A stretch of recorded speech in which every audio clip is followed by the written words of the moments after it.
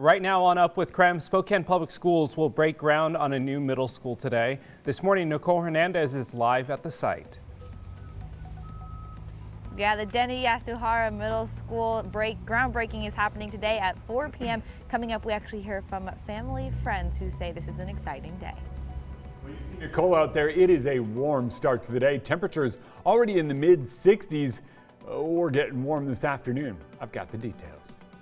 And we're celebrating Pride Month on Up with KREM. This morning we're highlighting local artists putting on annual events that puts the spotlight on our LGBT+ community. Up with KREM begins now. Well, thank you for watching Up with KREM. I'm Tim Pham. Over on KREM 2, we've been chatting with Spokane Mayor Nadine Woodward about the city's new vaccine clinics, and now we want to continue our conversation with the mayor about the city's progress. Spokane Mayor Woodward is joining us now live again. Mayor Woodward, thanks for being with us. I want to ask you, what are local business owners saying about the vaccine progress in our city so far?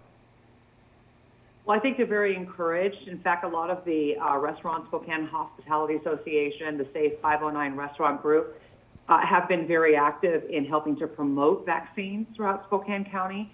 I have to say Mark Starr at David's Pizza is another big champion of that effort as well. And so they know that they've been working really, really hard to stay open during all these different phases, during two pushbacks, or say rollbacks, when we had to shut down the state. And so they want to make sure that they can stay open, keep their employees working. And so they've been very, very involved in this effort and encouraged too, because what we're trying to do is, get open before the June 30th date that the governor has said. As long as we hit that 70% initial dose vaccination, I think that's really important. And so it's been really great to be able to work alongside them to try to do that. And I think we can. I heard from the governor's office last week, in fact, that it appears that we are on a trajectory to open sooner than June 30th. So our businesses, our restaurants and breweries and bars especially, are doing everything they can to try to make that happen. Mayor Woodward, just a couple of weeks ago, the CDC kind of changed their requirements in terms of masking and social distancing for people who are fully vaccinated. Do you support businesses dropping their mask mandates if they're fully vaccinated? Absolutely. I think there has to be an incentive, too, on the other side of getting vaccinated, and that's to hopefully at some point, not have to wear our masks and getting back to life as we remember it before this global health pandemic.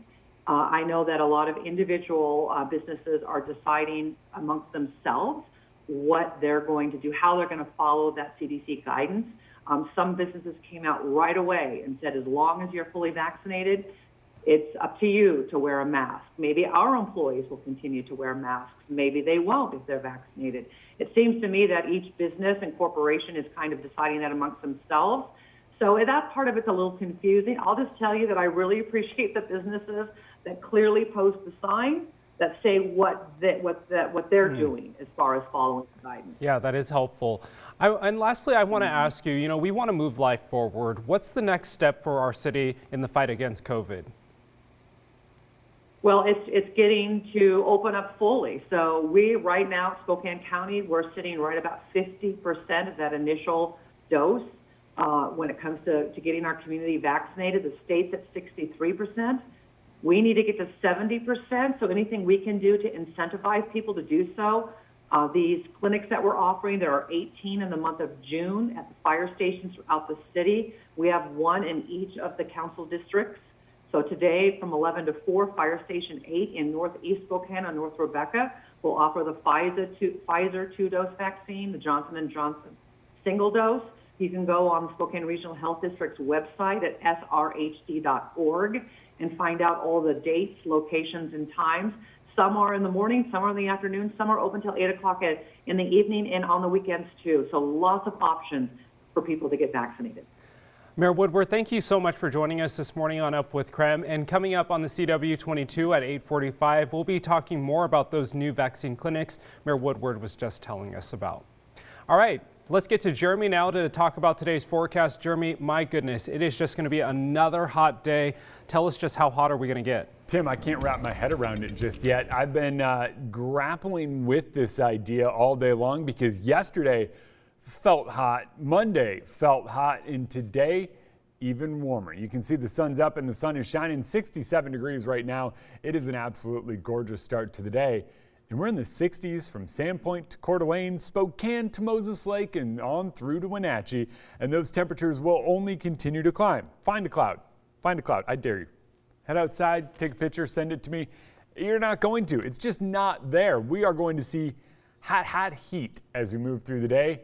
Through Thursday at 8 p.m., our heat advisory is in place. It is going to be that hot. Until then, overnight we will cool down, but it offers little reprieve from the heat because by each and every afternoon, temps are in the 90s. For us today, we're in the mid-90s in Spokane, but across the inland Northwest, temps are on the rise. These are some long-standing records. These are old records, and each and every one of these has the potential to fall today as temperatures soar later this afternoon.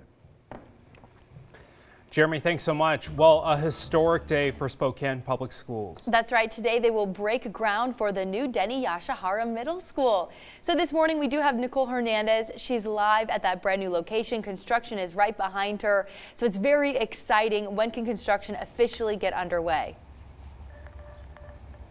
Yeah, that's right, guys. So the Spokane Public School District is doing that official groundbreaking. Of course, that's happening today at 4 p.m. and that's happening for the Denny Yashihara Middle School right here behind me. So if you are going to be in this area, though, you are going to want to be careful of traffic. There are going to potentially be some delays for that construction that's happening around here. You'll see most of that, though, at the intersection of East Foothills Drive and Hamilton Street. The entrance to the construction site, though, is on Perry Street just off of North Foothills Drive. Anybody who actually wants to come to the groundbreaking can stand outside that fenced construction area, and you'll be able to listen into the ceremony from a PA system there.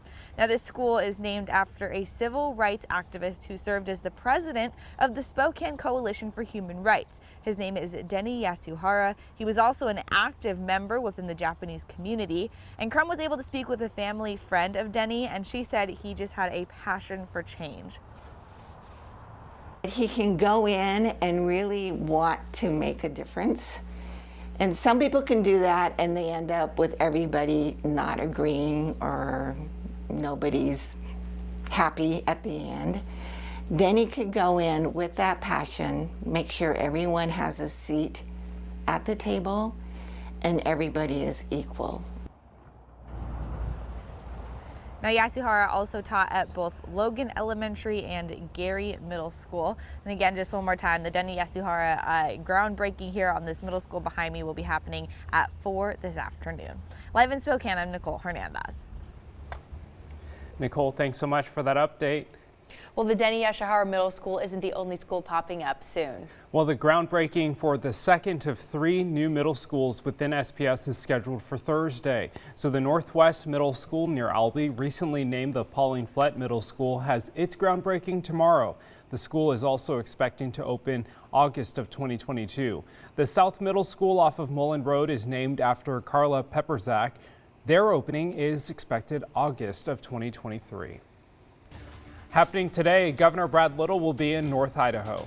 He's visiting the groundbreaking of ceremonies for Schweitzer Engineering Laboratories in Moscow. Now, the ceremony starts at 11 this morning. The new lab will be home to a state-of-the-art plant for fabricating printed circuit boards.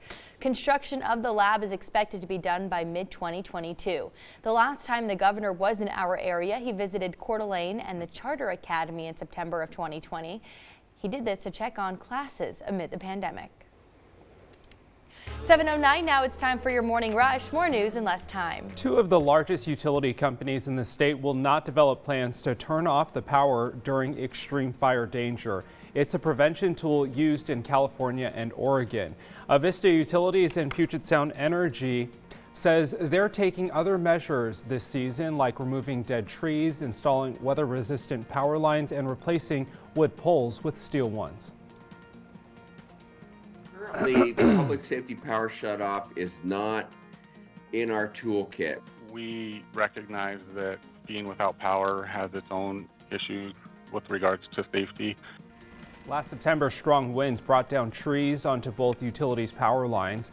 The fires that sparked destroyed more than 200 buildings in the towns of Malden and Pine City and 7 homes near Bonnie Lake. Right now, much of the state is already in a drought, and the utilities are expecting another bad fire season. Coeur d'Alene police have arrested a suspect in a homicide that happened Monday near Fernan Elementary School. Police say they got a call about an unconscious male lying in the street. Officers found 20-year-old Gabriel Casper with injuries, but police didn't clarify what kind of injuries. Casper was taken to the hospital where he later died. Detectives from multiple agencies say they gathered evidence to arrest 19-year-old Matthew Holmberg at his Spokane Valley home. Yesterday, this is still an active investigation, and we're going to continue to update you when we get more information. A judge ruled in favor of the city and the festival at Sandpoint in a second lawsuit over the festival's ban of firearm possession at its 2019 festival. 4 petitioners in the case filed a civil complaint last May. In an earlier case, the city of Sandpoint was awarded $70,000 to pay for attorney fees after being sued by Bonner County and the county sheriff's office. And that's your morning rush. More news in less time. Let us know what's happening in your neighborhood by using the hashtag #UpWithKrem on social media. Well, still to come on Up with Krem this morning, the Queer Art Walk is making a return this year. Brandon T. Jones has that story for us.